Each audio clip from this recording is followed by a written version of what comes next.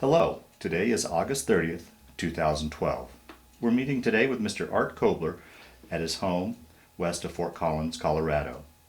My name is Brad Hoops. I'm the interviewer for the Northern Colorado Veterans History Project.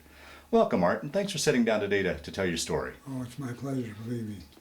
Let's start out, if we could, tell us a little bit about yourself, your date of birth, where you were born, a little bit about your family. Okay.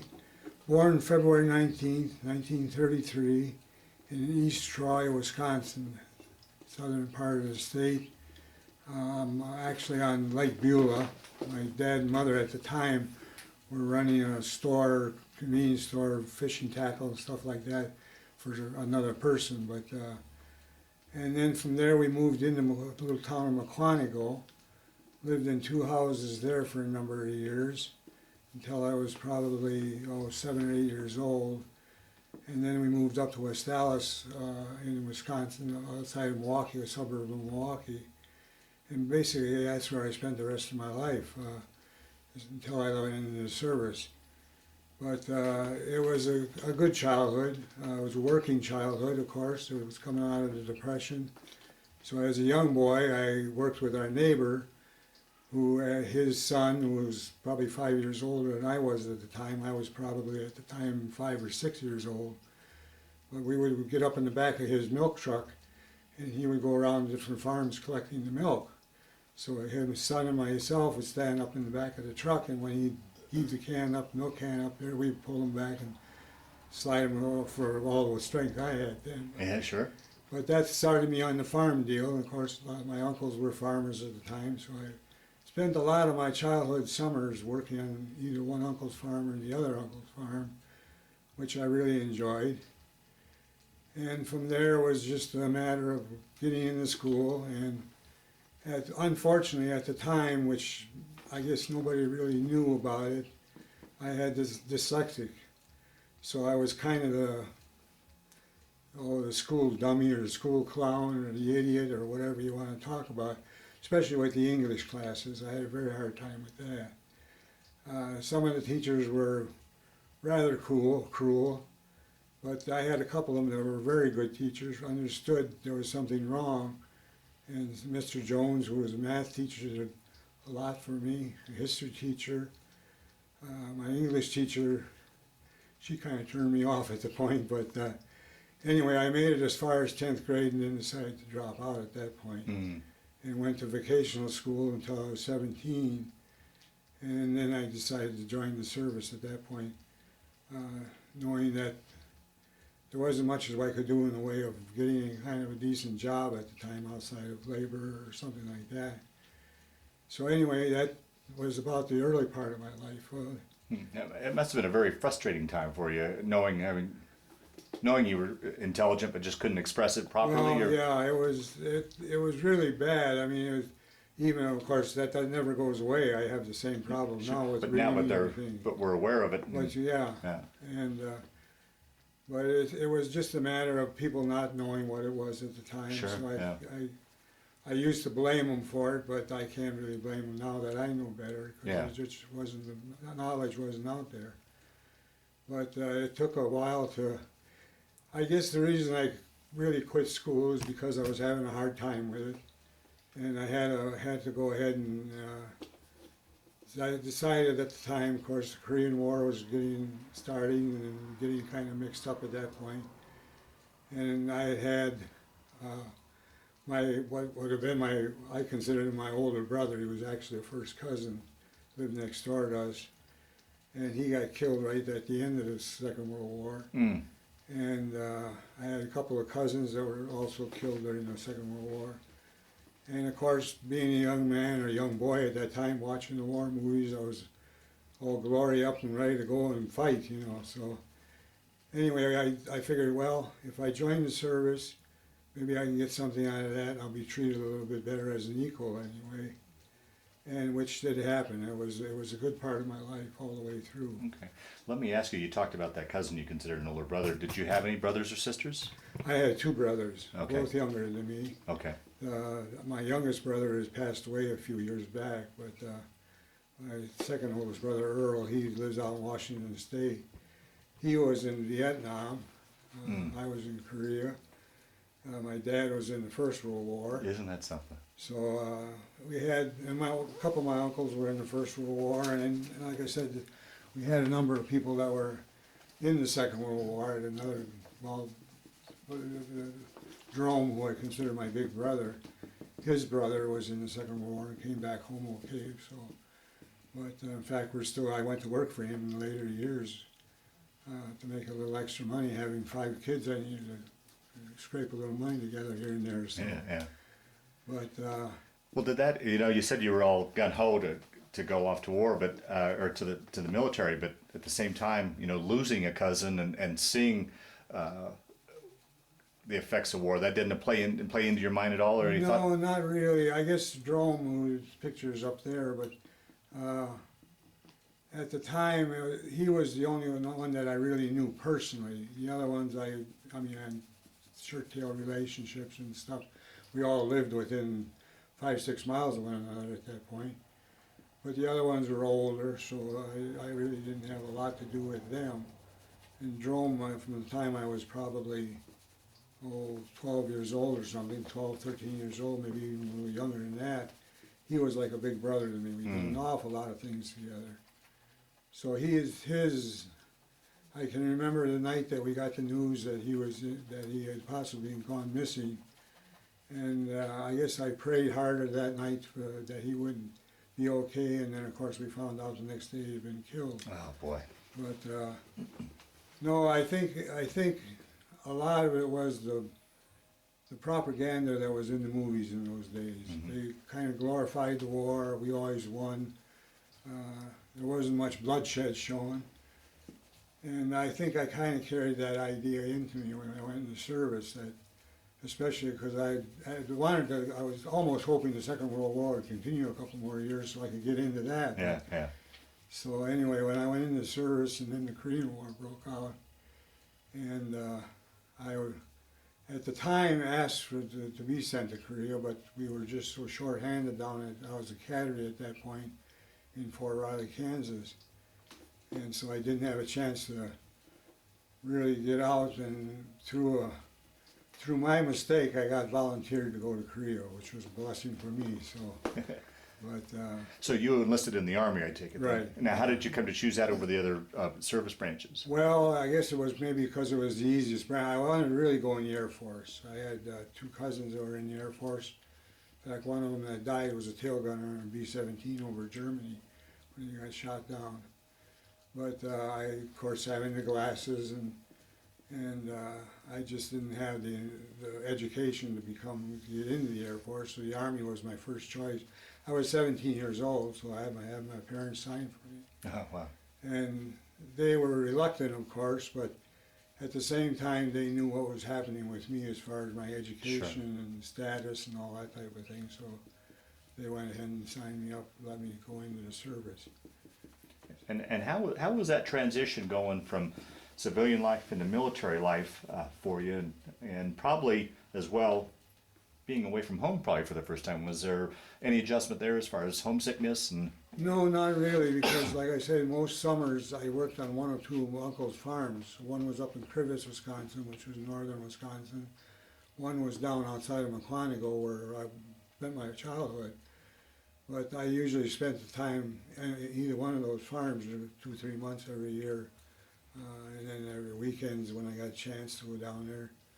So I really didn't get homesick at any point. I don't think that I can remember anyway, but I was really, I guess I was just a young enough guy that was gung-ho to get into service, and as it turned out to be a very good thing for me.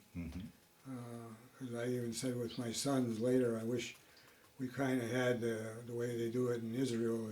Everybody has to have some service time. So, but in my case, it was good because I was having the dyslexic and being that part of it with my life was just it was a rough deal all the way around. Sure. Oh, absolutely. I didn't realize how rough it was until later years, but yeah, so that worked out real well for me. And of course, being a young man and full of vim and vigor, I was ready to go for it. So, and the Army seemed like a good place to go and try it anyway. So did you go down to Fort Riley for your basic then? Right. Okay. Yeah, I went to Fort Riley, took my basic training at Fort. I was with the 10th Infantry Division at the time, and who used to be the Mountain Division out here. And took my basic. Then I went. I don't know why. I think probably my first sergeant recommended I go to leadership school. I have no reason why he did, but he must have saw something. We had a first sergeant and a supply sergeant who were both in the Second World War. The supply sergeant was in the Bataan Death March. And of course I didn't find out about any of this till I came, after I went to leadership school and completed that course, I came back to the same company as cadre. So I was, what it turned out to be is I was teaching small arms, everything from a 45 up to the air-cooled 30 caliber machine gun. And I think the first sergeant probably was the one that had me do that, or recommended I come back there, and saw something in me that let me do what I wanted. As it turned out, and the cadre, the sergeants then were, well, he was probably, at the time, he was probably in his late 40s, I guess. And they were both very fair-minded and everything else, but very strict, strictly all Army. And at one point I was, I forget what they call it, but I was a PFC at the time, and I was assigned to be in the orderly room to wake up the company in the morning. Well, as it turned out, we had a little mattress laying behind the desk, and I was supposed to wake the troops up at 6 o'clock. And I fell asleep back there. Oh, no. Well, about 6:30, quarter to 7, Sergeant was standing there saying, "Art, get up, get up." He said, "You haven't got anybody out on the field yet." Oh man, you know. So it turned out, he said, "Well, you know, it's a court-martial offense actually at that time, and we were in war at that time." So he says, "I'll tell you what." He said, "You've been wanting to go to Korea." He says, "You can either take it to court-martial and whatever that ends up being, it'll be, or I'll give you the choice if you want to go to Korea, I'll sign you up for that." So I was, yeah, send me to Korea. Because I thought it was still going to be the glory day, you know. Well, I soon found out that war wasn't what they showed in the movies. But anyway, so it was my mistake, but it was a fair choice on his side, giving me the option of doing one or the other. So, and like I said, I was trying to get shipped over there anyway. Right. The only thing I didn't like is when I took my basic, it was infantry. When I came back, I taught small arms. When I got shipped to Korea, I was put in an engineer outfit. Huh. So the brilliance of the Army at the time, I knew nothing about being an engineer. Well, when I did get there, I was assigned with the 5th Regimental Combat Team, which spearheaded for the 24th Division. And I was in the AT&M platoon, which is anti-tank and mine platoon. So basically we built roads and blew up things and laid mines and dug up mines and that type of thing, which is a quick learning process. You either do it right or you don't do it at all. But it was, I don't know why they even did that with me, because the only thing I can think of is my MLS being small arms, they maybe thought I could catch on to the mine warfare fairly easy, which I did. Now, when you went over, were you assigned before you went over, or did you go over as a replacement and then were assigned once you got over? I went over as a replacement, Okay. yeah. And talk about that trip over. Did you go via sea or fly over? No, we went on a boat. Okay, well, let's It was talk. a 14-day trip. Yeah, let's talk a little bit about that. Here's this boy from upstate Midwest going to sea. How was? I don't like the ocean to this day, but I went over and came back on a small troop boat. There was only 1,400 people on it, 1,400 troops on it. And we ran into a terrific storm going over. Where did you debark? We left in Seattle. Okay. And came back in San Francisco. But when we left in Seattle and we got out I guess it was about 4 days, and we ran into a terrible storm. And most of us were on deck because we were losing things. So, but it was like 8 or 10 foot waves. So you could sit there and watch the sky and then watch nothing but the ocean. So right then I signed off on ocean travel, but yeah, it was a memorable trip to say the least. The only good part of it was going over, because I'd always done artwork all my life. I'd done, something in the way of cartoons or things like that. And somehow they found out about it, so they had me draw a comic strip. It took 14 days to get over to Korea. So they had me do a comic strip, which I drew for 14 days, which was a mystery comic. So it got solved the last couple of days before we Oh, interesting. over there. But it was kind of stupid, but it was fun doing Yeah, it. yeah. It gave me a little bit better quarters. I got a cabin midships and a place to work all day long. Didn't have to just sit around or do any calisthenics right. or anything. So that part of it worked out great. But the ocean trip going over and coming back was, I think the one coming back was worse than the one going over. We'll get to that on the way back. But Yeah. was it a direct? Yeah, you go direct, or did you when make? we went over, we landed in Busan. Okay. Directly, you went directly to Busan, or did you Yeah, make stops along the way? Right Okay. into Busan, yeah. And where were we at that point in the war? Well, you were north of, they just taken Seoul again, and we're north of Seoul, so. So we weren't back up to the Yeah, we're parallel going yet. back up, yeah. Okay. And where I got reassigned to the 24th Division and the 5th Regimental Combat Team, they were up in what was called Kumwa Valley at the time, which was probably, I don't remember exactly, but probably 10, 15 miles from the 38th parallel at the time. So, but I got assigned, we took a train up part of the way and then took trucks, of course, the rest of the way up And there. what was that train ride like? I've heard about those train rides. It was the train ride wasn't bad. The only thing that really struck me and stayed in my mind to this day is as we were going through Seoul, we came up to Seoul and departed from Seoul. And as we were pulling out of the station there, just on the outskirts of Seoul, there was a little baby sitting on the tracks crying on the next tracks from us. And we couldn't see anybody around, and of course we wanted to stop, but it was just no way of stopping a troop train at that point. Yeah. So that stuck with me for a lot of years. That I often wonder what happened to that little guy, or girl, whatever it was. But that was something that stuck with me almost all the way through the war. I guess it taught me a lesson right then to respect people a bit more. Yeah. Because we had a lot of instances where we did come in contact with civilians. We had, which I can get into a little later, we had a houseboy that we found that was with us for almost all the time I was there, and then he was still there when I left. And he was probably, I would say somewhere between 12, 13 years old at the time that we found him. But he was such an intelligent little guy. I often wondered if, he wasn't in politics in Korea. I thought he probably turned out to be a congressman or president or something. He's running some big business in Korea now, And I often wondered, I tried to get hold of him one time, and I couldn't find anybody, unfortunately, I couldn't find anybody here that spoke Korean or could read Korean. I've got the flag with his name that he wrote in Korean, but I couldn't find anybody to translate it for me, so. But, yeah, I think the baby, like I said, it sticks to me to this day. It was tough. Yeah, I can't imagine. I mean, you're trained to fight war, but you aren't trained to see something like that. Yeah. Right off the bat. Yeah, right. Yeah. And of course, Seoul was pretty well shot up at that time. They had just been through 2 occupations at that point.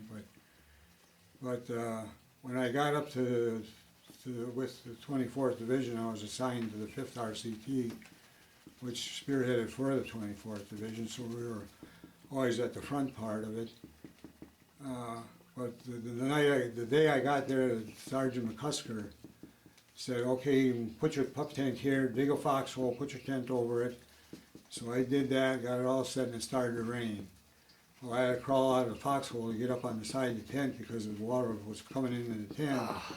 And then about 4 o'clock in the morning, we got an evacuation notice that our troops on line had been overrun. So we had to get the heck out of there. So that was my welcome to Korea. Oh, boy. So we pulled out and went back, I don't know, maybe 8 or 10 miles, I guess, something like that, where they set up again. And then after that, it was just a matter of doing the job and doing when we had to do it. And fortunately, the people that we replaced were mostly Hawaiian, because the 24th was a Hawaiian unit at that time. and that's what the 5th RCT was also. So most of the people that we replaced were Hawaiian servicemen.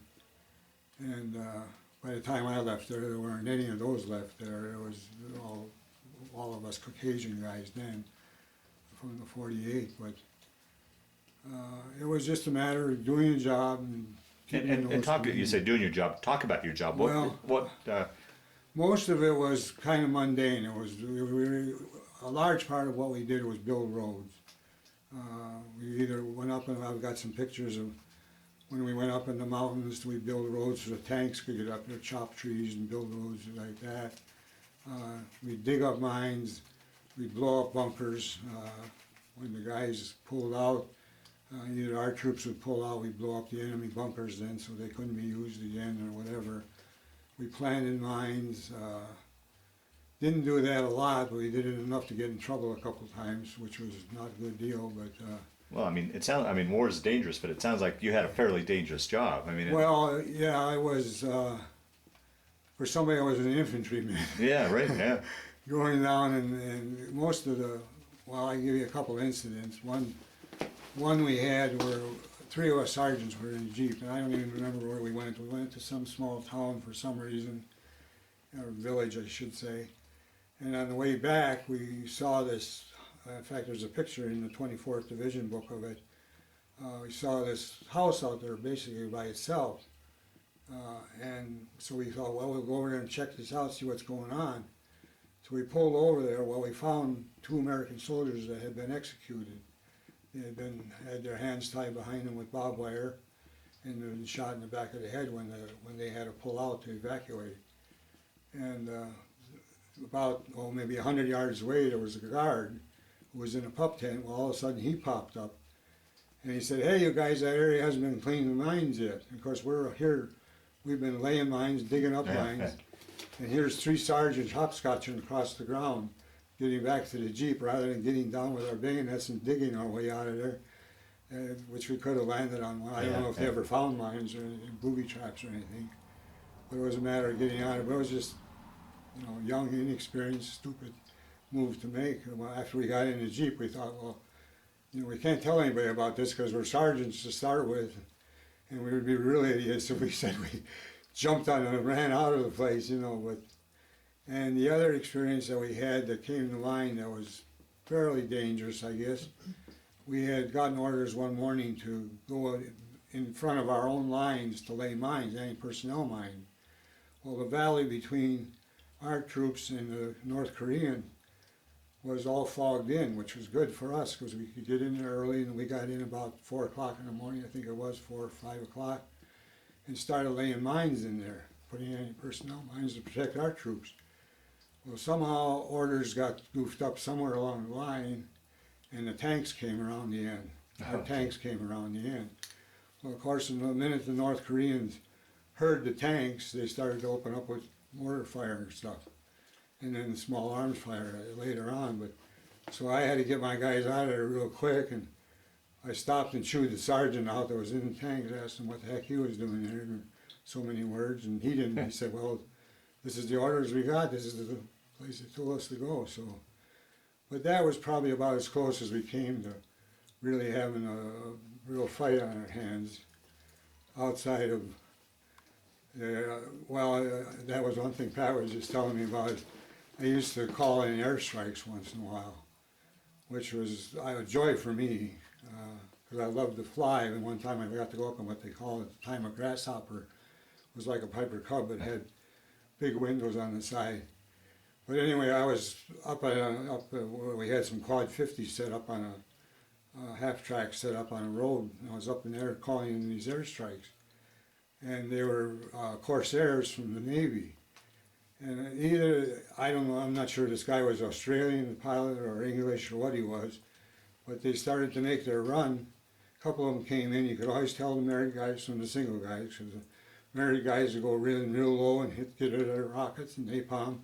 The married guys would stay up fairly high, But anyway, this one fellow started his run, and all of a sudden we were talking back and forth on the radio with him for where he should be going and all that kind of stuff. But all of a sudden he said, "Blimey, some bloke shot my canopy off."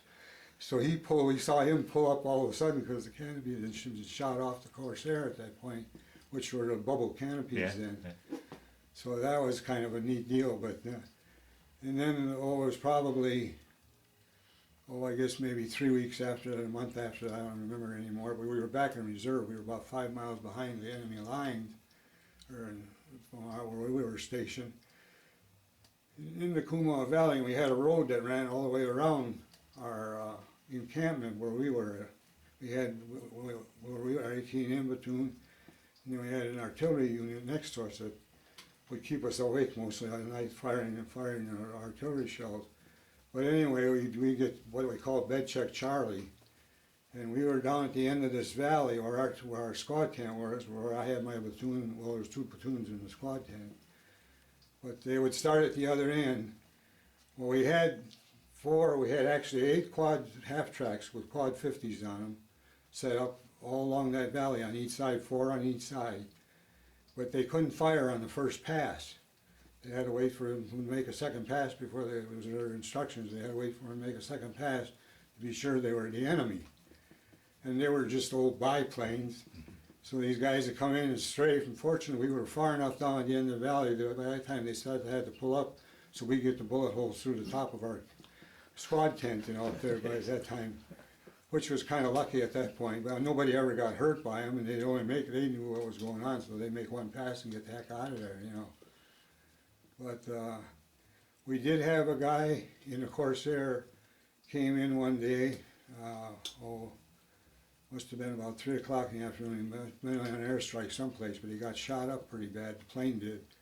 And he landed on the side of this hill, brought that thing in for a belly flop landing, on the side of the hill, made it okay, climbed up. By the time we got up there, he was climbing out of the cockpit and he was just going, stay away, everything's fine. And it was just amazing that he didn't, I don't know how he did it, but it was miraculous landing to say the least. But, Wow. But most of the time in Korea, like I said, our job was just to take care of maintenance, and we had a big work crew of what we thought were all South Korean. But from our houseboy who we had found, we found out that they had been infiltrated with about a dozen North Koreans. And fortunately, we found out about it soon enough that through our houseboy, because he was a translator between us and the laborers. So we did find out as soon enough that we could round them up. He was very scared to point out who it was. Sure. Because he knew if there was other ones, he'd end up getting killed or worse. Sure. So, but we finally talked him into it. In fact, Sergeant McDaniels, who was our platoon leader at the time, our company sergeant, first sergeant, he kind of threatened him at the time to talk. And he finally did talk and told us, pointed out who was what and so forth. So we got those guys arrested before they could really do any damage to anything. They could have blown stuff up or poured stuff in gas tanks or whatever, just to slow everything down. So that was about as close as we came on that. The houseboy we went to, I think the town was Kumwa, which was in the valley up there a ways, but I can't remember for sure. But there was an old school, not an old school, it was a modern school, but it had been partially destroyed. So our company commander told us, well, Artie said, take a squad up there and pull it down, blow it up, whatever you gotta do before somebody gets hurt running around in that thing, So we went up there, and I've got some pictures in my book over there. We saw these kids running around in there. Well, and to try to catch them was the first thing, or get them out of there so we could get the place tore down the way it should be. So we finally cornered who turned out to be our houseboy. And got him, and he was quite willing to come along with us at the time because he was an infant. I mean, he was not an infant, but he didn't have any parents. His parents had been killed, and his grandparents lived down in Kojijo Island, which we met much later. But he was a smart fellow and really enjoyed. Give him that picture over there, hon, that's on the wall. Yeah, and we'll film that. We'll film that after the interview. Yeah. But he was very intelligent. I mean, he had a lot of smarts. Of course, he had a lot of what we call street smarts. Yeah, right. Now. Yeah. To survive, I don't know how long he'd been out there, but obviously it was a while. So, But he was the joy of my life at the time. He Yeah. became my little brother at the time. Wow. So, and he really took a liking to me for some reason or another, and so we got along very good. But And he spoke English, or? he spoke broken English. He spoke. I could speak a little Korean, but very little. Yeah. And so he was able to translate between the Koreans. He could get across to us what they wanted or needed or whatever the laborers needed and so forth, or what they had to do. We would tell him, and then he would tell the laborers. So it worked out good for everybody. We made a lot of good friendships, and he Yeah. was still there when we got transferred out. So, which was, we were supposed to serve 9 months, and just as in fact, I missed my R&R because of it. My rotation time was coming up, and then our company commander, he was a father to all of us, father figure for all of us, and he was the best company commander. I mean, if there were more of him in the world today, we'd have a much better world. Because there isn't a man in that outfit that wouldn't have given his life for our company commander. Wow. Wow. He was a great guy. He was very strict. If he told you to do something, you better do it right the first time, because he wasn't going to give you a second time to do it if he knew you knew how to do it. But he was also a very fair man. So he was the kind of guy that, like I said, any one of us would have given up our life to save him. So, which we really enjoyed him all the time we were there. So anyway, just before our rotation came up, he asked the platoon sergeant, 4 platoon sergeants, if we could stay a little longer to help train the new people that were coming in. So we all said, of course, said sure, you know. So it amounted to a couple more months to stay in there, but it was no big deal because we were back in reserve and up on the eastern side of Korea. So, but, Well, speaking of training people, how was the training for you? I mean, you went over there and got into an entirely different new area, you know, explosives and such. Yeah. How was your training? Was it just on-the-job training, or was? basically, although we did have a couple of good sergeants. We had one Filipino fella. We had a Japanese. I've got his name on my flag over there. I'm sorry I can't remember the names of some of these people anymore. But Yeah, fair enough. his parents were interned in the camps in California during the Second World War, and he was there when I got there. He'd only gotten there maybe 2-3 months before I did. But they trained us. They taught us how to plant mines, dig mines up, and all that kind of stuff. But it was a short training process. It was mostly on-the-job training. Like I said, you either did it right or you didn't do it again. Wow. Yeah, right. Yeah. Yeah. That was about it, you know. Yeah. But yeah, he was, and he never. He was Japanese, of course, and he never had a bad word about. You know, his brother was in the Second World War. He was in Korea, and the United States was his country. You know, Wow. Wow. even though they got treated badly, you know. So, because we even thought, being back in Milwaukee at the time, of course, my dad was an air raid warden. There was no possibility of an air raid being in the middle of the country. Yeah. But we even thought then, well, if they're doing this to the Japanese, because I'm of German descent, why aren't they doing it with the Germans? Only because they can't tell us from anybody else. Yeah, for right. any Yeah. reason. Yeah. So that was, you know, it was a bad thing the government did at the time, and of course apologized since. But yeah, I was really surprised at the sergeant. He was a good man all the way around. So. Talk a little bit about your living conditions as far as sleeping accommodations, food, entertainment. Our food was pretty adequate. I wasn't, you know, it wasn't the best, but it was field food most of the time. But we got fed well. I don't think we ever might have missed a couple of meals somewhere along the line, but outside of that, we got a lot of K rations, C rations. Most of the stuff we had was still from the Second World War. Our equipment, our weapons, everything that we used was basically out of the Second World War.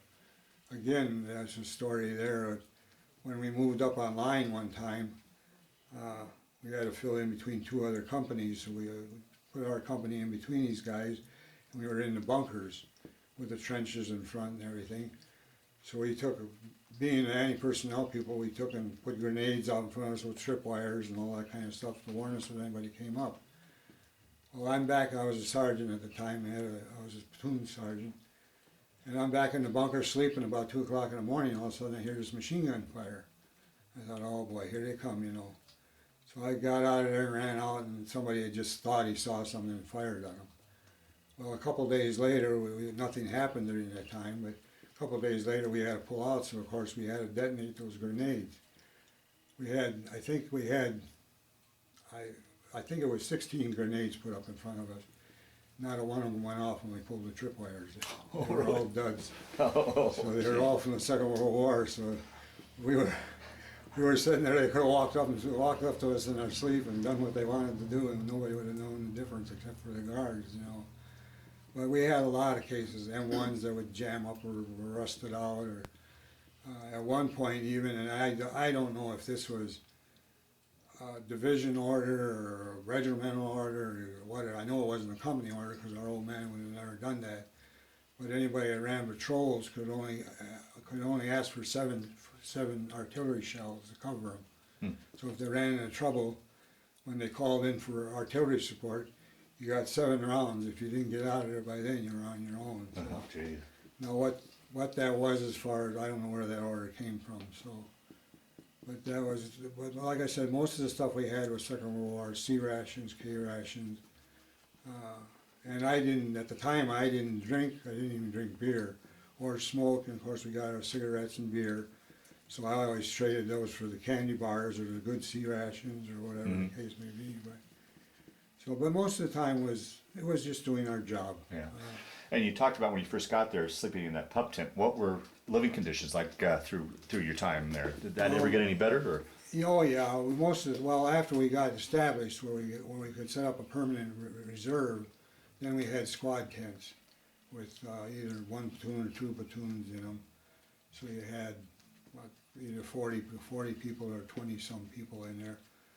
But and that was pretty good living. That was even during the winter. I mean, it was, yeah, I was going to say. I mean, bad winter, but Korea had notoriously cold winters and hot summers. It was like living in Atlanta almost, except for the cold winters, but the humidity and the heat yeah, it wasn't bad at all. I can only remember living in a pup tent for maybe a month, and then we got we got either 3-man tents or 4-man tents, whatever they were. And then, of course, once we got established, again, as you can see in the photograph, we built a kind of a bunker for ourselves out of logs, dug it so it was 6 feet in the ground, and then put a roof over it with logs inside of it. That was for all the platoon sergeants and squad leaders.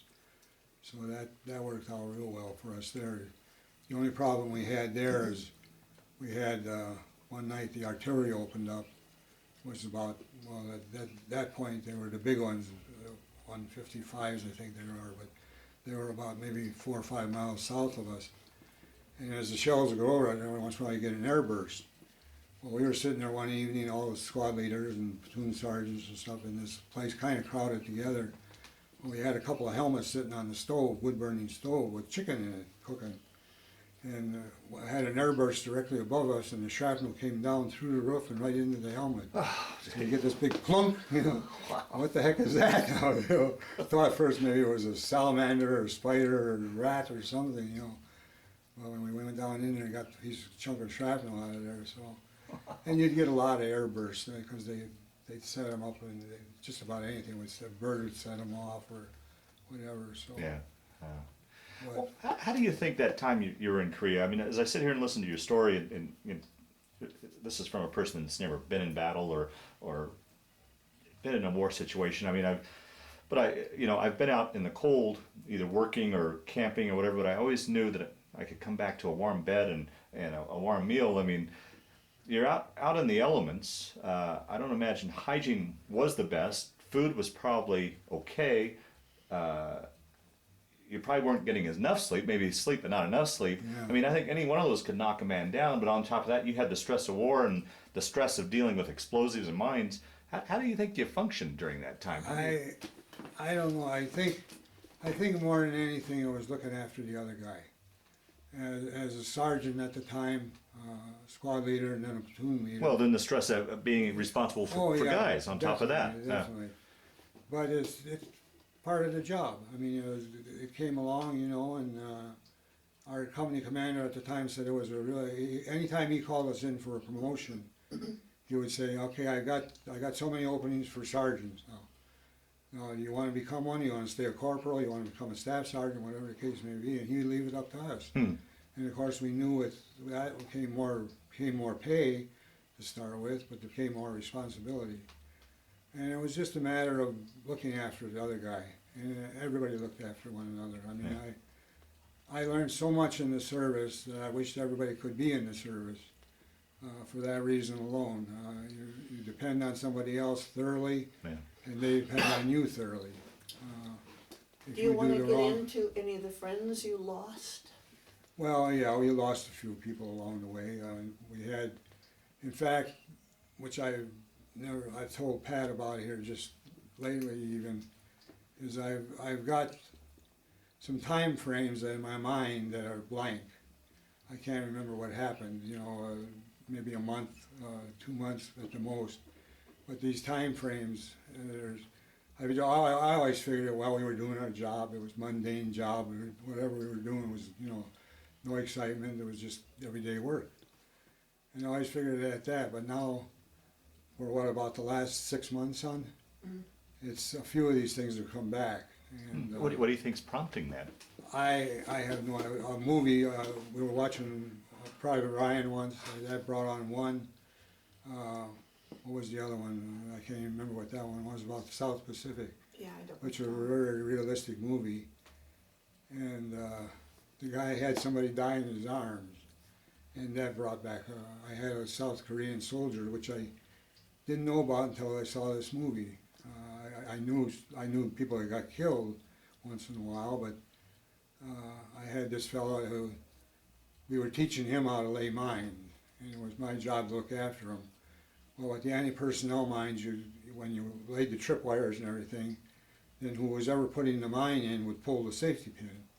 Well, if it didn't fire, if it didn't, you know, if the regular mechanism didn't drop down, then the safety pin would keep it from going off once you pull it.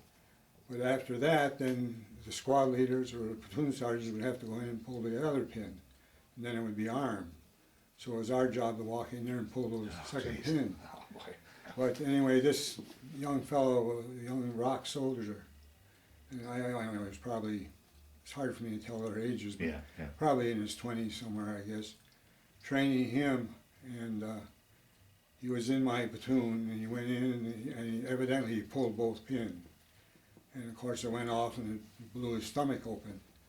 They were all anti-personnel mines. Well, I got in there right away, and he was laying on the ground, turned him over, and tried to hold his innards into him until the medic got there. At least I knew he was going to die. There was no doubt about that. But he just kind of laid there, and it brought. But for some reason, that movie brought that back to me as one of the blank spots that I had that I hadn't paid any attention to before.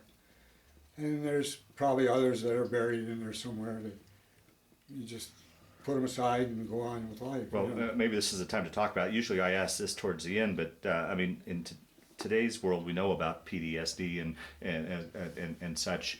How was that for you once you got out of the service? Were you able to leave those memories behind, or did you have nightmares and No, the only because when I got out, of course I got married. We got married just before I got out of the service, back in Fort Lewis, Washington.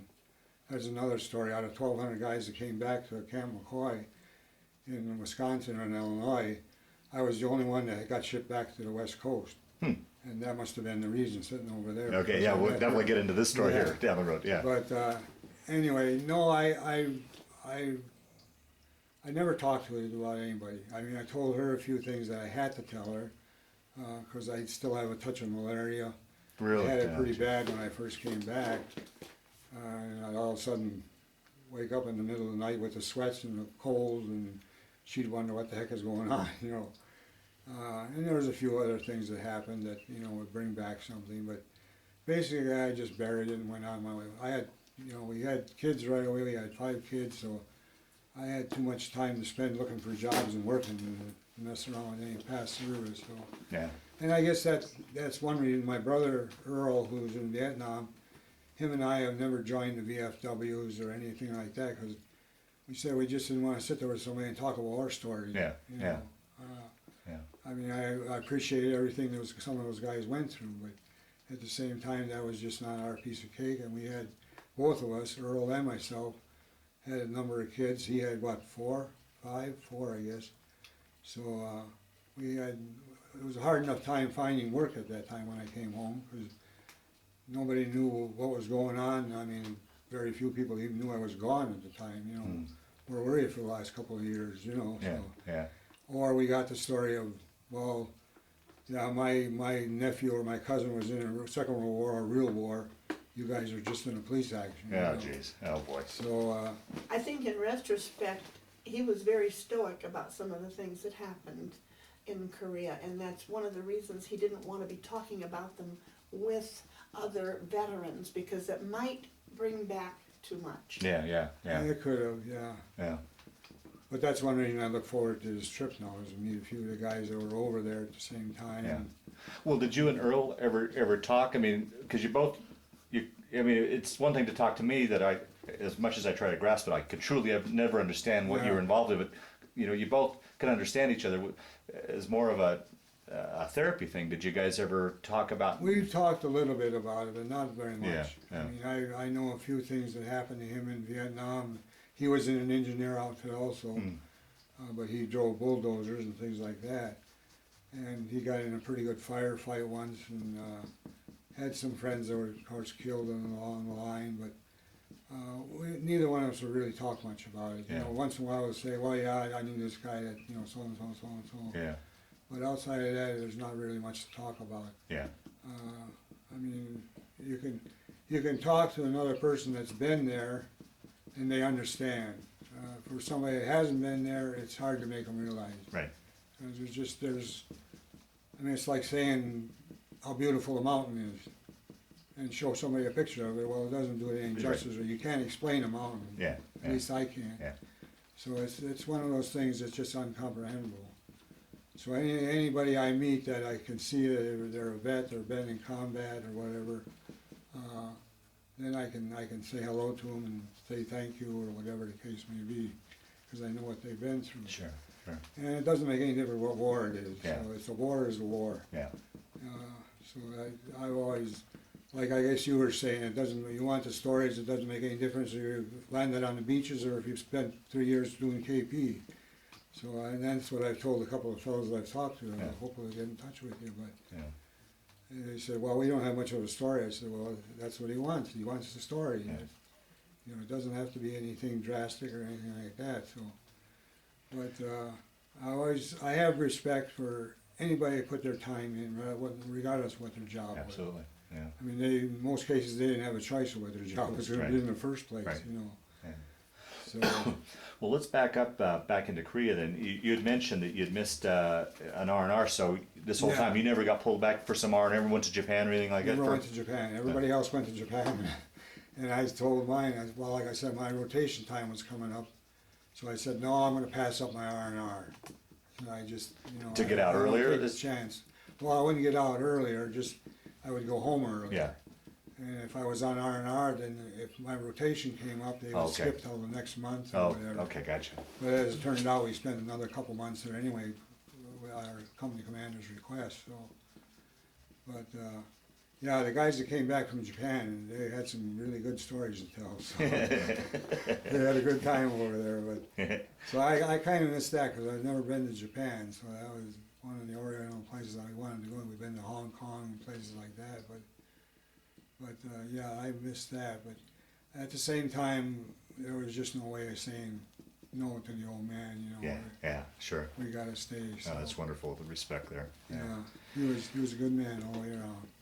How was it? Let's talk a little bit about communications now. I mean, in today's age, we've got computers and instant messaging and cell phones and such. Talk about your options in Korea, communicating with back home and Snail mail. snail mail. Yeah, No telephone. yeah, We never had a chance to use a telephone, that I know of anyway. We never did. I suppose if somebody went back to Seoul or something, they could maybe call from there. I don't know if they could even do that from Japan, but no, it was strictly letters. and was that pretty reliable, pretty consistent? Yeah, they usually took about before we got them from the dates that were on them anyway, it was about a 3-week period in there. Wow. So the only problem I had is I busted my glasses one time, and I had one lens missing. Well, it broke in the middle, but the one lens was missing, so I had to cover that lens up, tape this together, had to send a letter to my folks to give me a new pair of glasses, because we had no way of even getting glasses then. So it took about 3 or 4 weeks before it was longer than that, it was probably 6 weeks before I got my glasses back. So I could have a pair of glasses so I could see out of both eyes again, you know. Yeah, the communications we had, of course, between us, we had walkie-talkies then, radios.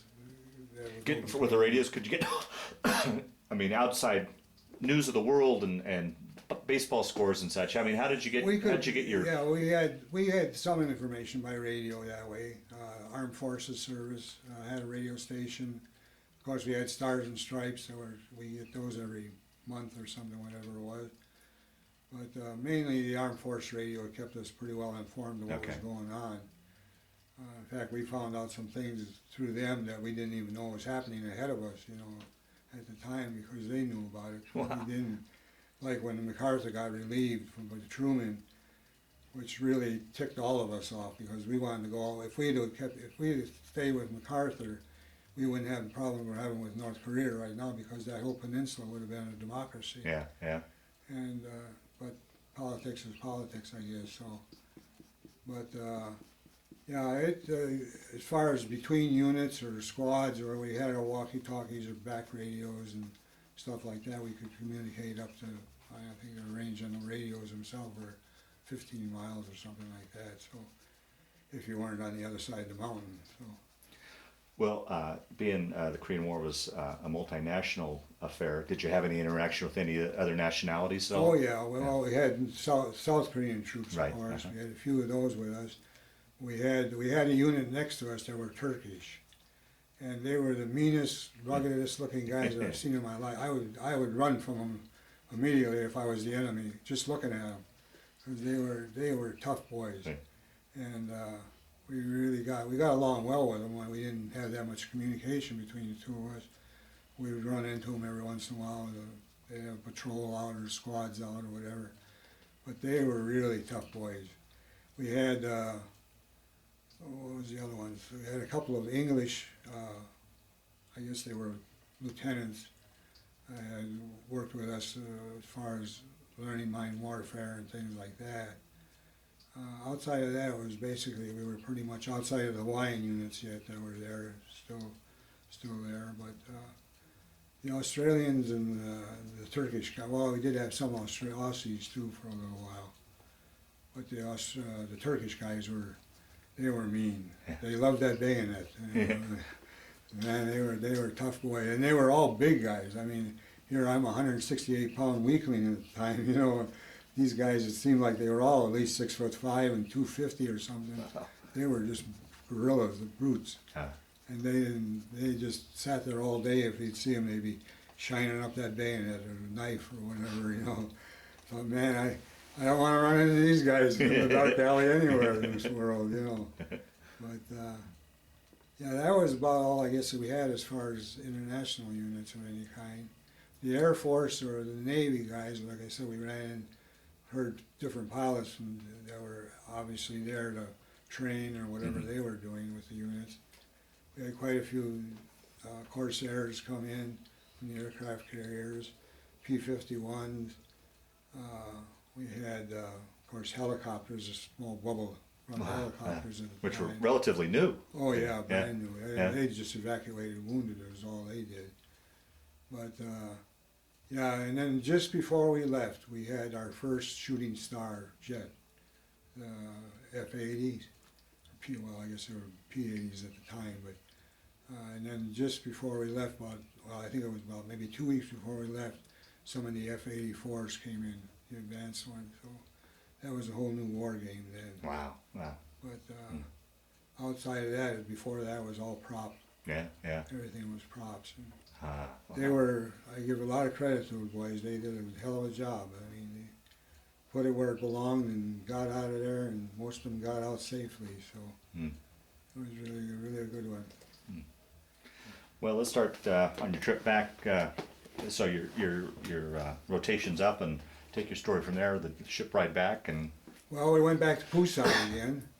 We shipped out of Pusan and shipped out on, it wasn't the same boat, but it was, the I think the name of it was the Woodward, Frederick Woodward or something like that. 1,400 troops on it again. But going back was because I got a midships cabin then. So all the NCOs got midships. But my compartment I had charge of was right in the bow. So every time that boat would go down, these plates would boom, go off like cannon. I don't know how it took us 14 days to come back home again to San Francisco.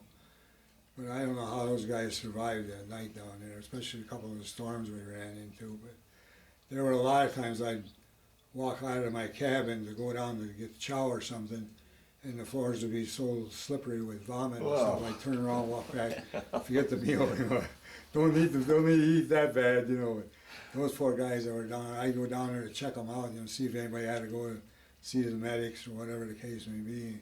Most of them were so sick they wanted to get up on deck, even if it was a storm. They wanted to get up on deck where there's some fresh air.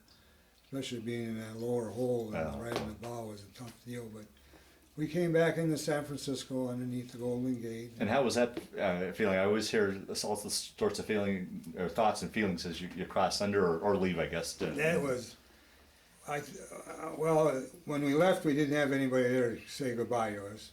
And when we got home, there was nobody there to say hello to us. So that part of it, and then we got stationed in Presidio, was where we got our reassignments at. So we stayed there for, I think it was about a week and a half or something like that, maybe a couple weeks.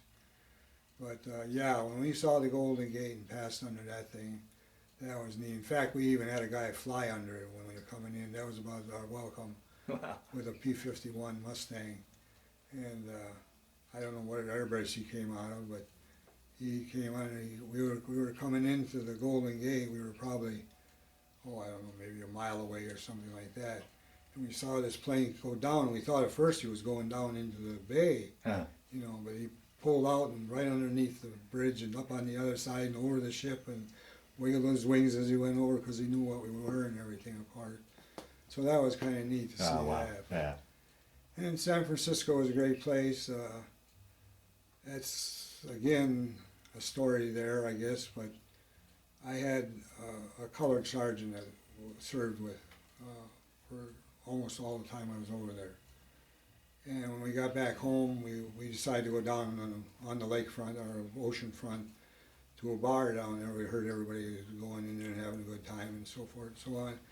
So him and I went down there. Well, we walked into the bar and sat down, and the bartender come over and he said, "We don't serve niggers here." Wow. And I said, "What?" And he was also sergeant first class, same as myself. And I said, "What'd you say?" He said, "We don't serve niggers here. Tell him to go and you can have a drink." And I started to climb over the bar, and he grabbed hold of me and pulled me back and said, "Art, don't do it. It's not going to be worth it because you're going to get court-martialed in the first place. You'll lose your stripes, you'll lose everything that you worked for." He said, "I put up with this all my life." So he says, "Don't worry." I said, "No, bullshit." I said, this son of a bitch. I said, this guy risked his life the last year for you. And now you're telling him he can't have a stupid beer? Nope, we don't serve niggers here. And that really brought it home for me, segregation to me at that point, you know. And because, of course, he had told us some stuff when we were over there, how he, you know, could only go into Negro bathrooms and so forth and so on. But I was really surprised in San Francisco at the time to find that. And then we both had uniforms on, you know, so it wasn't like we were in civilian clothes or anything. So, but that was about as close as I come to getting court-martialed at the time, I guess. But yeah, that really brought it home. That's something that still sticks with me. I'd still like to find him. He lives, I think it's out in Boston, which we should have looked him up when the last time we were there, but if he's still around. But he was a good man all the way around. He saved my neck then too, so keep me from going to jail or something. Because I would have probably killed the son of a gun if I went over to the bar. But it really irritated me at the time. But and of course, since then I've learned more and become a little wiser, and things were happening. But it wasn't just dedicated to dictated to the South at the time. So, Hmm. Wow. but anyway, I guess when we got home, like I said, it was 1,200 of us that went back to Camp McCoy to get reassigned there. And How much time did you have left on your enlistment? that would have been July of 52. So I got out in May of 53. Oh, okay. So I had just about a year left yet. And, oh yeah, I got my notes right here, don't I? But anyway, I went back there and all my buddies, all my friends, either got stationed down in Georgia or someplace else east or down south. And I got my orders and it said Fort Lewis, Washington. And I said, what is this Fort Lewis, Washington stuff, you know? And they said, well, you're qualified as an engineer, mine warfare, they need you out there in Washington, Fort Lewis. Oh, okay, so anyway, I happened to meet Pat then. Yeah, let's tell this story for sure. Well, I had a buddy out there, Jerry. Him and I used to go out once in a while. He thought he was God's gift to women. And anyway, we went into this, I guess it was a cafe bar, wasn't it? And she was in there with some of her friends celebrating her birthday. And we were sitting at a table and Jerry happened to know one of her friends. So we went over, he introduced me to them all, and introduced me to Pat and stuff, and we talked for a little while, and I guess, I don't know, you guys were going someplace else to a party or something. So when they walked out, I told Jerry, I said, that's the girl I'm going to marry. Really? And he said, oh, all right, come on, you know, he said, this is a bunch of crap, you know. I said, no, that's the girl I'm going to marry. Well, of course, he didn't believe it because he liked to have every girl in the country, you know. But anyway, that's how that all happened. So that was love at first sight. Wow. I was ready for it. So so we got, about 6 months later, I guess we got married, didn't we? But it's been a good wedding, good partner, and she's done more for me than anybody else has done. So Yeah. as far as businesses and everything else that we've owned and operated over the years. So, but yeah, story about Jerry is, we were at a bar. Her dad used to be a projectionist for the movie theaters, drive-ins and the regular theaters in town and stuff. Well, we went to one of the drive-ins, him and I, one time, and stopped at this bar outside of, this was in Olympia, Washington. And we were sitting there having a drink. Well, Jerry is trying to make out with this gal sitting down with another guy. And I said, Jerry, why don't you leave her alone? She's with this other fellow, you know. Oh, he's no good, you know. So, yeah. Anyway, it turned out to be her husband. Oh. So the guy says, finally he got fed up with Jerry coming on to her, and he said, come on, let's step outside. And Jerry said, okay. So they walked outside, I went out with him. His wife came out with him, and Jerry started to take his jacket off. Well, he got it about half off, and this guy slugged him and knocked him down. And just turned around and walked away, and Jerry got up and said, why the hell did you do something, Art? He said, the guy's beating me up and you're standing there. I said, man, you called for it. I said, I'm not going to defend somebody that's an idiot all his life. You know? That about ended our friendship at that point. He was something else, but I don't know whatever happened to him, but I'm sure he either got beat to death by somebody's husband or something, but yeah, it was strange. But yeah, it was good service in Fort Lewis. I had a good time there. I was company's first sergeant there for, in fact, when I got ready to get discharged, the sergeant major from the regiment came over and said, Art, he said, if you want, to enlist, we said, we need you. Of course, everybody that was available then was getting shipped to Korea, Right, yeah. even if he had past service. And I said, no, I don't think so. I don't want to go back to Korea again. He said, you won't go back to Korea. He said, we need personnel here too bad. So I said, well, okay, we'll talk it over. Well, and she wasn't too excited about me re-enlisting with the chance of going back to Korea. So finally, the final word was, he said, I'll have your sergeant major stripes laying on his desk for you in the morning if you re-enlist. And I said, well, it's an awful temptation, but afraid not, my friend. So, but you know, we built what is actually what is North Fort over there now. When I was there, it was just a bunch of dirt roads, and there were some buildings for a couple of companies, but now it's like a major highway going through the North Fort, you know, about 10 times the size. So what? And you painted. Oh yeah, well, one of my jobs, not my job, but my spare time recreation was in the day room. I painted a big mural for him. We went, last time we were there, we went back looking for the place, but it was so big now I couldn't even figure out what street it was on anymore. The buildings were all the same, of course. But anyway, it was a good service. That was another place where I missed a good opportunity because one of the other sergeants, and of course we did a lot of grade work. I learned how to use graders and bulldozers and all that kind of stuff there, doing roads. One of the other sergeants says, Art, he says, why don't you come back to California with me? He said, my dad has got a big road building company. He said, he's going to get ready to retire. I'm going to take over. He says, you can come to work for me. He says, you'll make good money and everything else. I said, nah. Come on, Dwayne. I said, how many roads can you build? You know, this is 1953. There probably been a millionaire by now, but, you know. In California. Yeah. especially. California, yeah. So, but, yeah, so that was an opportunity that was passed up, but anyway, we came back to Wisconsin and carried on with our married life then. And eventually, I worked for a couple of construction. Well, it was hard finding a job when I got back home. There just wasn't much to be had. I did a lot of, sold Kirby vacuum cleaners and Fuller brush and worked in gas stations and usually worked 2 or 3 jobs at a time. Because I had 5 kids, or 4 kids and 5 coming on. So I had and it was, you know, take home wage then was about $40 a week. So it wasn't, when I went to work for Fuller Brush, that was great because I think my first week I got put out in a new subdivision outside of West Dallas. And of course the women didn't have the cars to drive and go shopping or anything, so I could, I think my first week I made, what, $150 or something like that. So I was in seventh heaven. Yeah. You know? I thought, boy, I got it made now, you know. So that was a lot of money in those days, but that didn't last very long because I had such a good record. They decided to ship me down in the Milwaukee 3rd Ward where all the dependents and everybody else lived down there then at the time. And you couldn't give away anything down there, let alone sell it. But you were also selling Kirby vacuums Oh, down Kirby in that vacuum, area. yeah. He sold a Kirby vacuum to people that didn't even have carpet. That was an experience in itself. But yeah, I held a lot of different jobs and finally went to work for an installation company in Milwaukee.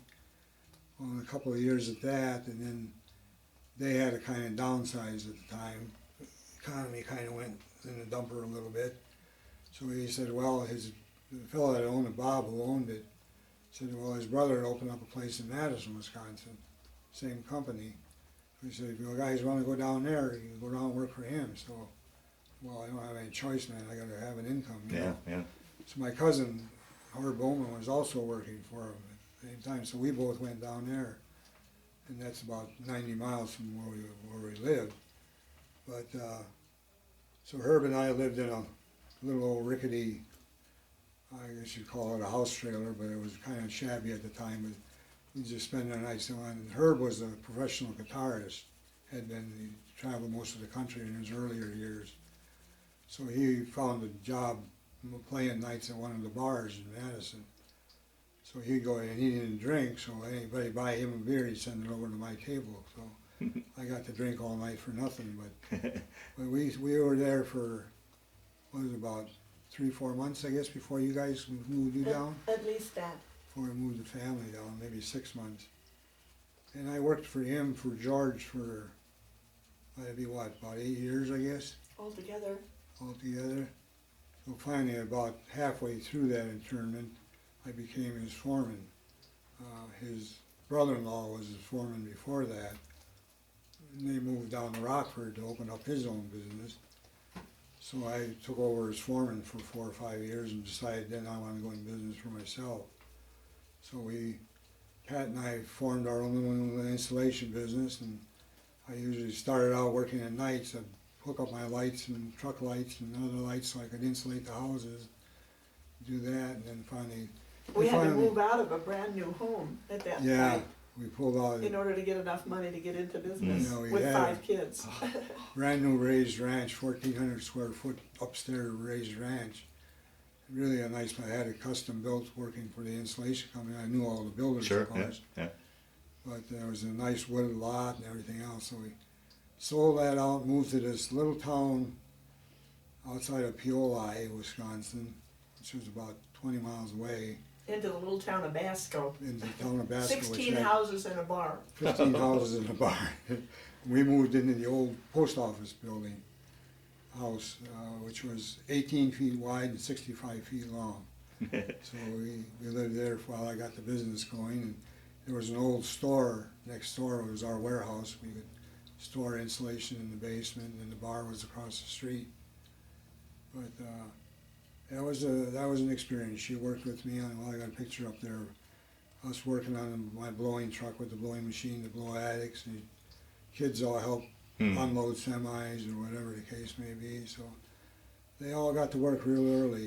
And then from there we moved over to Stoughton, Wisconsin, which we stayed for, about 8 years, I guess, Not that long. wasn't it? Anyway, we set up our business there, and I still had a lot of good builders at the time that I picked up along the way. And I had signed a contract with George in Madison that I wouldn't do any work in Madison at the time for a certain number of years. Or in Dane County even. Well, yeah, but he couldn't keep track of me outside of Madison, but because Madison was a strict union town, and of course I didn't have a union. I paid my men the same thing as what the union paid, and they got better hours and more pay. Actually, made more in the long run than the union guys, and didn't have to go out on strike ever. So but we did most of our work in Janesville and Beloit and Lake Geneva and places south of there. So I had just about. Eventually ended up with Rockland Builders, he built about 400 and some homes a year. Markley built about 90 or 100. Carter built another 90 or 100. So we had a good business going. Even did a couple of government complexes. Yeah, that was a disaster. Bookwork. That was nothing but bookwork for her. She worked in the office with our two daughters, and the boys worked out with me in the warehouse or going out insulating. And finally, when we got ready to sell, latter part of '83, my son bought it. And we had it for 15 years, and then he had it for another 15 years before he sold. But yeah, we got to the point where I had 4 or 5 guys working for me steady. When I kept getting more and more work, so I thought, well, either I'm going to go bigger or just cut back and stay where I am. I was happy where I was because I was making a good living. I had a lot of free time on my hands because we came out here, we'd jump in our pickup and drive out here and run the mountains out here from down in Arizona up to Montana. Her and I, and sleep in the back of the pickup and stuff like that because my foreman could run the business for me. So anyway, at one point I decided, well, I'm going to expand. Well, we got up to where we had, 12 guys working? And for a year I ran myself ragged. I made less money in that year than I did with the 4 or 5 guys. I think there was up to 17 on the payroll at one point. With the office help, yeah. But that was, I said, nah, this, I don't need money that bad. Besides, I was making less money than what I was before with all the running and everything. So, but we had that for 15 years and through Certainty Insulation at the time. They gave us trips all over the world, first class trips. If you didn't buy enough material, you could just add whatever, maybe $1,000 or something. But you flew first class, went boats first class. We went to Monte Carlo and stayed in best hotels, and we were just Hawaii, Acapulco, Hong Kong. I mean, it was literally, and everything was top drawer. There was no skipping back on it. So we had a real good, for the last 4 or 5 years, we had a real good time at the business, made good money, had a lot of travel time, and saw a lot of the world, so that worked out well. And then I decided, well, we told when our youngest son gets out of college, we're heading west, guys, because we always wanted to come out here.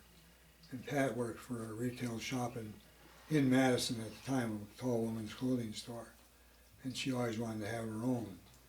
So we checked out Prescott and Phoenix, and finally we decided on Fort Collins because it wasn't that big at the time. But there was enough. There was a store over in Greeley. Greeley, yeah. But she was just a little store, so Pat decided to open one up in Foothills East, and had that for 12 years? 15. 15 years. And I decided when we were 50 years old, she went into that business full time, and I went into the art business full time. Because you sound like you've always been involved in art. Oh growing yeah, up. all my life. Yeah. Literally all my life. Yeah. Always had a corner of the office set up with an Yeah. easel and. That was my especially when I started the business. We had our office in our home for a while before we built a regular office up at a new warehouse. But for me to come home, work in the office till 7, 8 o'clock at night, getting the next day's work ready, then I'd go and paint for 3, 4 hours. Oh, wow. That was my relaxed time. Uh-huh. And I did shows, weekends. We did a lot of mall shows and park shows and things like that. And finally started doing shows out here, up in Montana and Wyoming, and finally decided, well, we better move out here. It was a place for her to open up a store and for me to go into the art world full time, so, which turned out good. So Yeah. I've been a very fortunate man, believe Yeah. me. I've had more good luck and good fortune than anybody deserves, really, for a 10th grade dropout. Yeah. So, Well, you must have done very well with your art, because I think you mentioned before we got on the camera that some pieces are going into the Smithsonian. well, a couple of these covers, there's what they called, it was one of the dogs, a postal dog at the Oni. time. Oni, the postal dog, which was back in the early 1900s. But he was a stray that was adopted by some of the railroad people where they sorted mail as the trains were going from one town to another. So literally he became internationally known. Hmm. I mean, all over the world, really. Because you go across on the boats with the mail, and come back, and you go to different, so the philatelic center that they're going to open up now at the Smithsonian would be next year sometime, probably about the middle of the year. And they asked the cachet artists, there's about 35 of us in the country that do these right now, the hand-painted, hand-drawn ones, but they asked us if we'd like to contribute something. And what they did is they're going to set up a permanent collection of all philatelic things, and then they're going to have a traveling expedition also. So I figured, well, I sent them one, and I figured, well, I had time to do that. That's the cover I'll be doing eventually. But then I had a little time left, so I thought, well, I'll do another one. Maybe one of them will get into traveling. Well, as it turned out, we got the letter from a couple of months ago that both of them are going to be in the permanent collection. Wow. So that worked out real good. These covers have been a joy for me. These are some of the awards up there on the photographs, but they have a national meeting get together every year in different parts of the country, and they give out these awards to the lead artists and so forth. But that all started with your fine art painting. Yeah, well, yeah, it started with that because John Weaver, who lives on the north of town here, his wife is also, she's a very renowned cover artist. Her stuff was really selling, very detailed. But anyway, he would go around to different art shows and look at the art and say, well, this guy does enough detail work or whatever, I should get a hold of him. Well, he got a hold of me in '89 and said, would you like to do covers? And I said, well, what are covers? I had no idea. So he explained it to me, and he gave me, from 1982, he had some Crazy Horse covers, stamps. He gave me those, and that was the first ones I did in '89. I only did 12 of them then. And as the years progressed, I picked up more and more collectors. One time I was doing, 54 of them or something, 53, 54 covers. And of course I was running out of time to do my fine art work then, So I said, no, as guys would either drop off or wouldn't pay, I'd cut them off right away just to get it down. So I finally got down after 5 or 6 years, I got down to 25 or 30, and then now I'm at 22, which is very comfortable. I can do 11, every other month they get a cover, the collectors. And so it's a matter of doing about 11 of them a month, outside of doing special covers or the bigger ones like the 6x9s or 9x12s. I charge the same price for those that I charge for my regular paintings of that size. The smaller covers I don't charge enough for, everybody tells me, but it's I love it because I get to do so many other subjects. My regular paintings are mostly Western historical stuff, so this I get to do space travel or whatever stamp I want to choose. Okay. So that works out. I love it like these. What I'm working on now is the Civil War, and this is the New Orleans one, which is these young, doing some research. I love doing the research. But these kids that were 12, 13 years old, they were used by the Navy and, well, some even in the regular Army. But these guys were called powder monkeys. They would carry the bags of powder to the guns on the ship so they could put them into the barrels and fire them. So that's when they were doing New Orleans. They had the New Orleans one stamp. I was showing these guys running with the bags of powder in their arms. So. His collectors really love the details that he puts in and the research, because I it's really usually love the research. a part To me of is more that fun than item. anything else. You know? Yeah, part of it is something that they've not heard of Yeah. before. We Now, had that. are you self-taught, or did you any formal training? A little bit, not very much. The formal training, I went to Leighton School of Art in Milwaukee for, what, about 6 8 months. weeks, I guess? Yeah. Which was they were, at the time, this was back in 53, 54. So they were teaching mostly stuff that I was a realist artist. I wanted to do things that were real. Mhm. And they were teaching abstract. Mm. But I did get some good figure drawing out of it and things like that. But then a few years later, once we moved out here, I did some seminars with some of the other big artists, John Seeley Lester, and they had a big teaching expedition up in Yellowstone Park. So that was the things that, I got a picture there, in fact, with me with John, but there were several names. Mountain Man. Oh, the Mountain Man, yeah. That's mostly what I was doing back then. Early 80s was, I don't know if you know Paul, ever heard of Paul Colley. He's died now, but he was a very big mountain man artist at the time. And him and I got an interview by Art of the West back in 89, Yeah. somewhere in there. Hmm. And I had no reason why I should have been with him and a couple of the other renowned CA artists and everything, you know. But fortunately, I got into the magazine. Of course, that helped the career. And then as things progressed, I got into other stuff. And now doing, we just got painting I did last year for the railroad show, depot up in Cheyenne. So that's a 30 by 50 painting that was brought in at first place, so it's being a permanent collection up there. Because the Union Pacific's getting involved more and more with it now, so they're putting some money into it. And I got 3 or 4 other artists in it this year.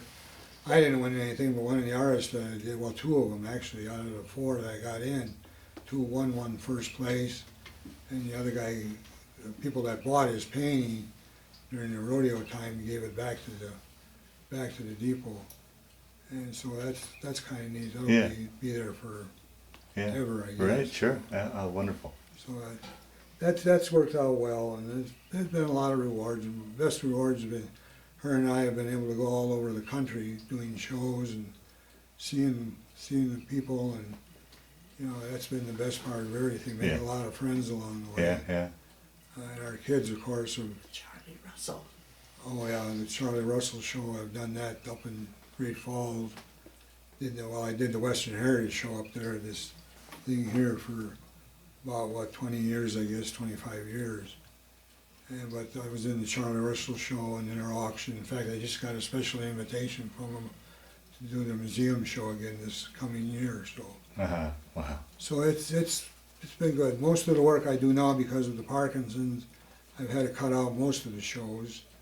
The shows that I do go to are something that where I can just send the work in, send 2 or 3 pieces in, and they take care of the shows. Usually run a month or so.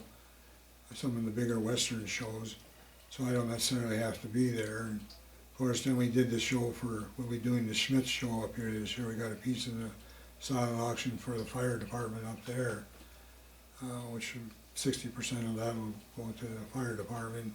We did one up in Livermore. Gal that put on a couple shows around the area got a hold of me and said she'd like some prints or whatever I can give to them to give to the fire department up there.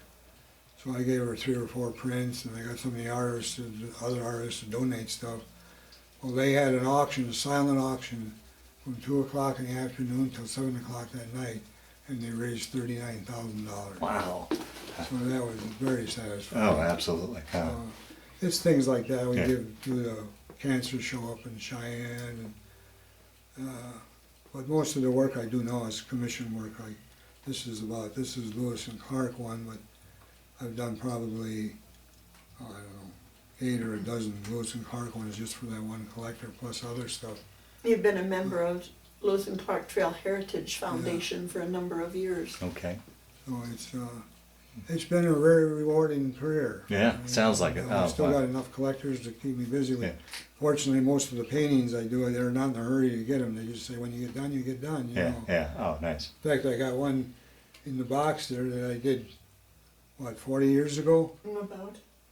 For a I did it family. with him and his wife and his one daughter at the time, who was 2 years old, I think, at the time. Mm. Well, they had another daughter after that.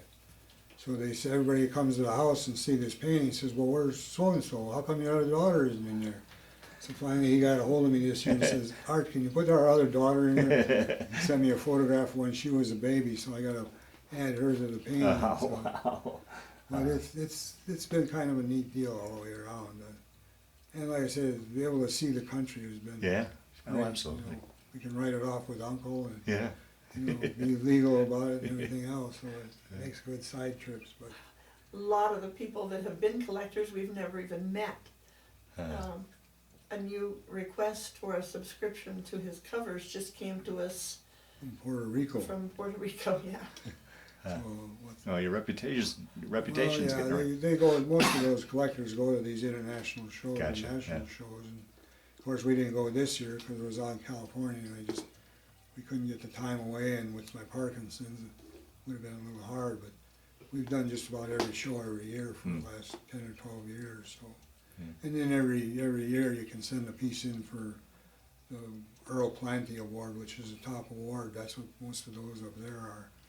Over the years, when I Wow. get time to send one in, so.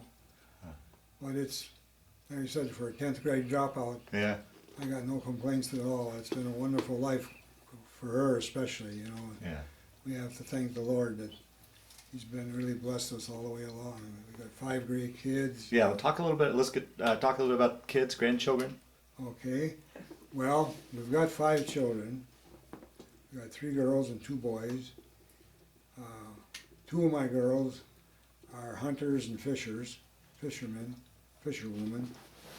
But in fact, I had a good collection of guns. I had some original Browning automatic shotguns, 12-gauge shotguns. My boys don't do any hunting. They never have been much interested. They love to fish, but not hunt. So a couple of years ago, I gave them one to Amy and one to Sandy, of the original. They're still the old original made shotguns, Browning shotguns. But anyway, the girls have been terrific. We've got 7 grandchildren and 8 great-grandchildren. 8. Wow. And our the grandchildren, our great-grands? great-grandchildren run from 17 to 2. And there'll probably be more on the way now that one of our granddaughters is getting ready to get married. So, but yeah, we just had a big family reunion up outside of Silverthorne. 2 of our grandkids, brother and sister, one lives in Philadelphia, the other lives in Charlotte. They arranged the whole meeting for all of us. Wow. Rented this big 9,000 square foot house up there with an indoor pool and pool tables and sets in a private property, and it was a beautiful spot. So we had 25 of us up there for a week, which ran us ragged. But they did a lot of whitewater rafting and horseback riding and things like that. So, but it's been a great family. They've all worked hard. Fortunately, they've all got jobs yet, so and there's been a few bumps along the way, but we're very proud of our children because they've accomplished so much outside of what we've accomplished. Yeah. That we're very proud of them. None of them ended up in jail or You're right. on dope or anything else. So that's credit to Pat because she brought them up while they were young. I was mostly out working, so I got maybe to spend a half a day Sunday or something with them. Yeah. But yeah, they're the whole bunch. The grandkids, the great grandkids are all coming along, and they're all so smart that we're really Neanderthals now. We're really dinosaurs. Every year we get to be more of a dinosaur. But but half the time we don't understand them anymore when they're talking some of this electronic stuff. Yeah, exactly. But no, they're a great bunch of people. We love them all dearly. So, Wonderful. but our kids work. My dad always taught me to work ethic. Myself and my brothers. Of course, back then you had to work. I didn't have much choice. But our kids all worked. Like I said, they all worked for us in the insulation business for years. Did a lot of complaining on heavy work sometimes they had to do, but in the long run it all paid off for all of them, because so many of them, just about all of them now at one point or another, they always do more than they should do at their jobs, stay longer than they should do, and it's not been something where, I got an 8 to 5 job and I'm going to get out of here at 5 o'clock. It just doesn't happen. So, and a couple of them are doing extremely well. Our daughter in Atlanta works for AT&T now. She worked for Coke for a lot of years. She's a pretty good executive down there. In fact, she had to bring a computer along because AT&T is going through a big deal now with their layoffs and pensions, and she takes care of all that stuff. So even at the family reunion, she had to have her laptop along. But fortunately, she didn't have to use it too much, once or twice, and that was about it. But yeah, they've all done great. So you don't have a worry in the world about any of them. Wonderful. Yeah, our oldest daughter works for a couple of banking systems in Wisconsin, and our middle girl, who complains about being a middle daughter, but she raised 2 kids that are doing extraordinarily well. They're the young people that are out in Charlotte and Philadelphia. So she was primarily a mommy during her period of bringing up kids, but they've all done marvelously well. Wonderful. Really. But yeah, they're Bill and Tressa, who are a sister and brother of hers. One lives in Philadelphia. She runs 3 restaurants. She's a CIA graduate. Wow. Culinary Institute.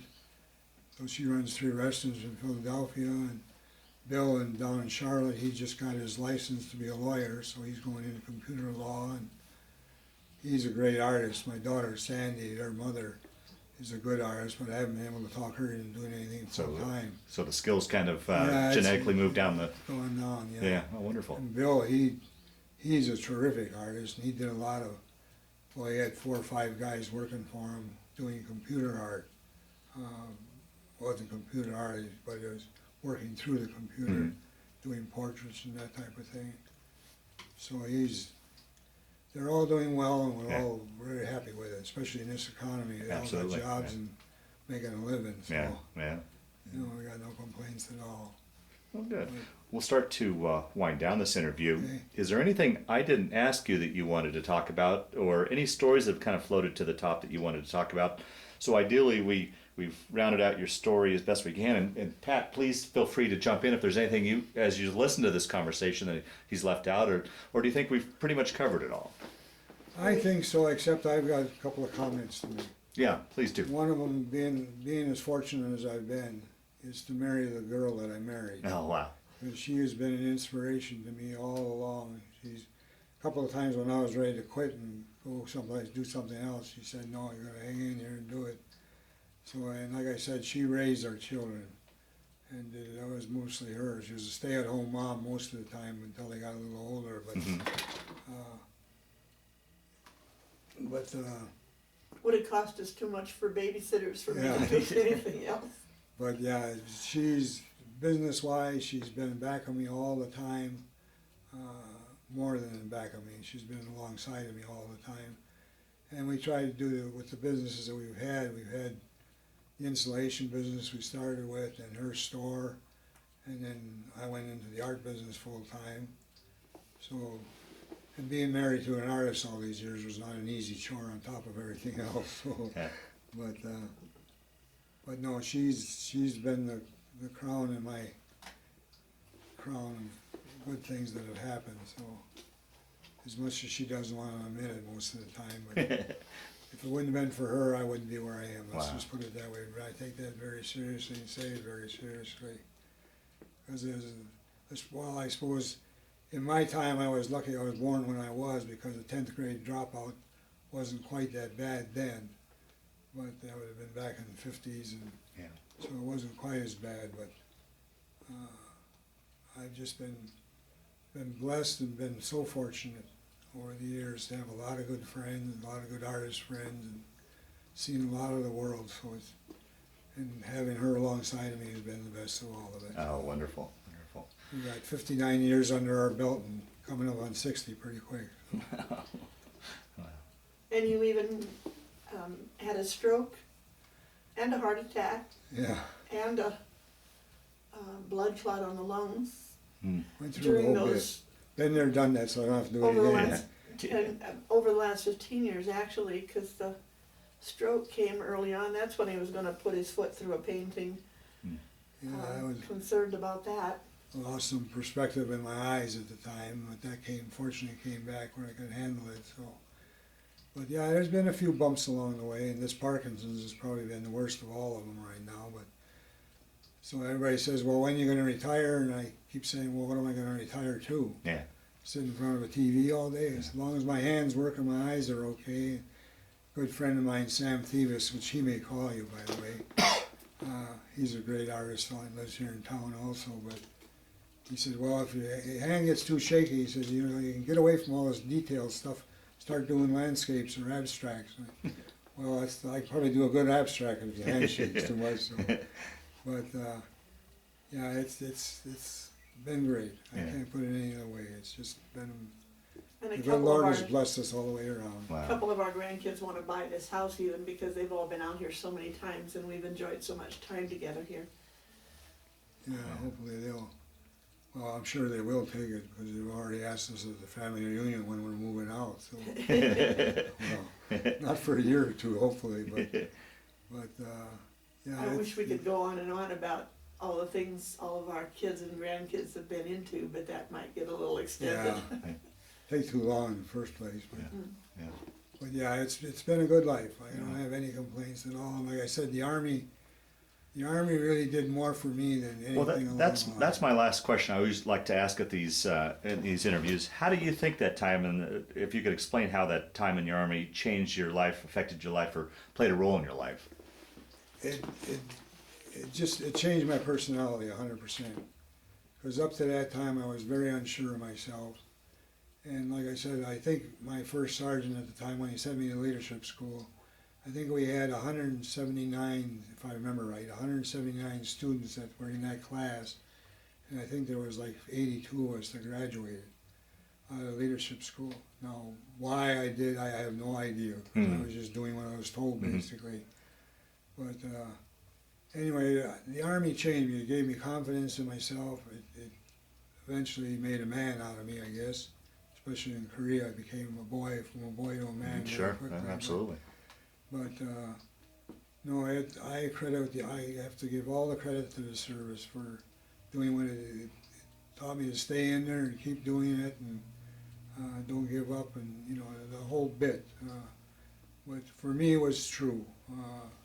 I know a lot of people don't like the service and put bad mouth it and all that kind of thing, but I said I think with the service, like anything else, if you just kind of go with the flow to start with and learn what you're supposed to learn and then go from there, you know, rather than try to buck the system all the time, it just doesn't work. Yeah.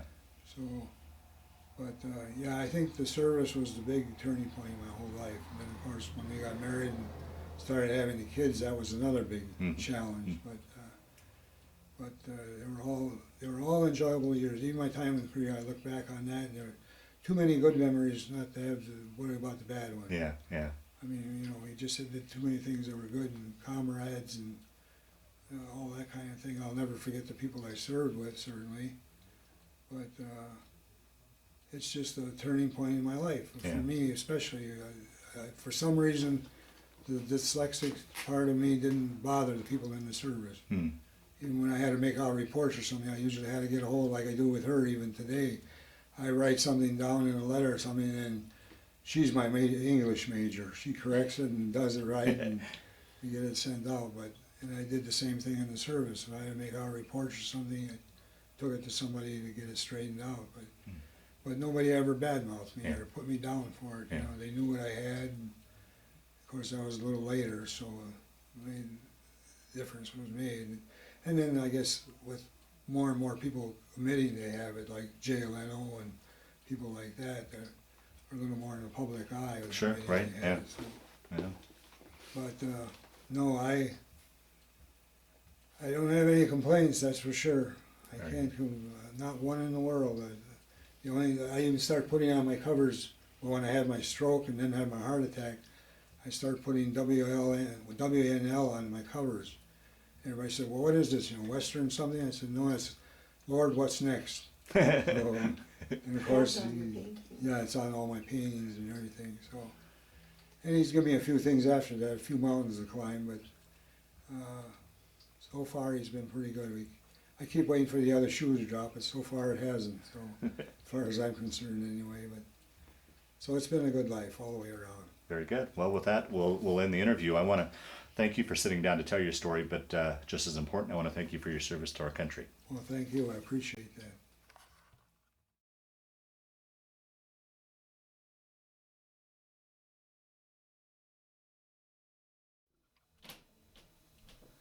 This was after basic training in Fort Riley, Kansas. I was put into the leadership school course and completed that, and then went back to the same company that took my basic training in as cadre, which was a surprise but also a very good thing. This is what started me, giving me some of my self-confidence. This is a young fellow that we picked up in a school that we had to demolish up in Kumo Valley. It was a South Korean boy who was out there by himself, living off the land, I guess, at that point. Finally run him down enough that we could get a hold of him and adopted him into our unit. And he was an interpreter, because he did speak some English, could at least get enough that we could tell him what to do for our laborers. And so he could transfer that information back and forth. Very smart, very intelligent. This was taken down Kojijo Island, where all the Korean and Chinese prisoners were held. There was about 5,000 in the encampment right across the road from us. So at that time we were not part of that guard duty or anything, but kind of a backup system where we lived. The Quonset hut we lived in was right across the street from the prison camp, and had some bullet holes in the top of it from where they had a big riot a few months before that. But it was good duty down there, and I did get to meet my houseboy's family, and they took a good liking to all of us. This photo was taken just shortly after I got to Korea, and it's basically a part of our one platoon and some of the NCOs. The man in the middle that's most prominent, he was a sergeant and taught me most of what I had to learn to be a good AT&M guy, anti-tank and mine sergeant, which finally earned me my stripes. But he was very informative, very gentle, and very concerned that I did it right. So I thank him for everything, all the knowledge he gave me. Some of the other fellows in there, one in the bottom, Chanel, he lived in Chicago. We had Reverend Red in there who lived in Minneapolis. So we did have some folks that lived near to where I lived at the time.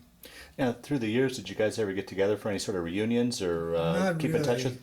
We had Chanel came up a couple times from Chicago after we got settled down in Milwaukee. And Reverend Red stopped by when I was working or something, so you talked with him. But outside of that, I really haven't kept track of it. One of the fellows was in Vegas. He had, at the time, he was a big dealer in slot machines. So he had quite a business going with that. Okay, this is the 24th Division, Infantry Division that I served under in Korea. We were a Regimental Combat Team attached to them. And of course, this is the one when I got stationed out of Fort Lewis with the Army out there. And my stripes that I got, our company commander back in Korea, just before we got left, I was a staff sergeant then. And there was 4 of us that were staff sergeants. And the quota had been filled for Sergeant First Class. So my Sergeant First Class rating was only temporary. So either until if I had stayed in long enough, either for an opening to come up, I could have been made permanent, or I could have been going back to a staff sergeant again, either way. but that was just going away present for all of us that stayed there, so. But, of course, this I can't get on anymore. I was 168 pounds then, Yeah. so. I was in my fighting weight then, but from the time I was about 15 or 16, I weighed 168 pounds until the time I got married. Uh, Then I started putting on a little weight after that.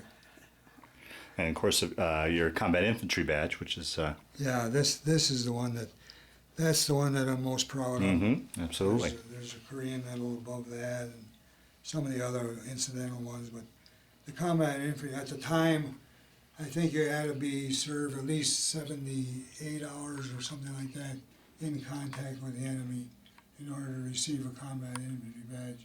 So our company commander made sure we all got that too. Took us up and put us online for a while. Yeah. But yeah, that's the one I'm most proud of, and I think most dog soldiers are the most proud of getting that. Very good.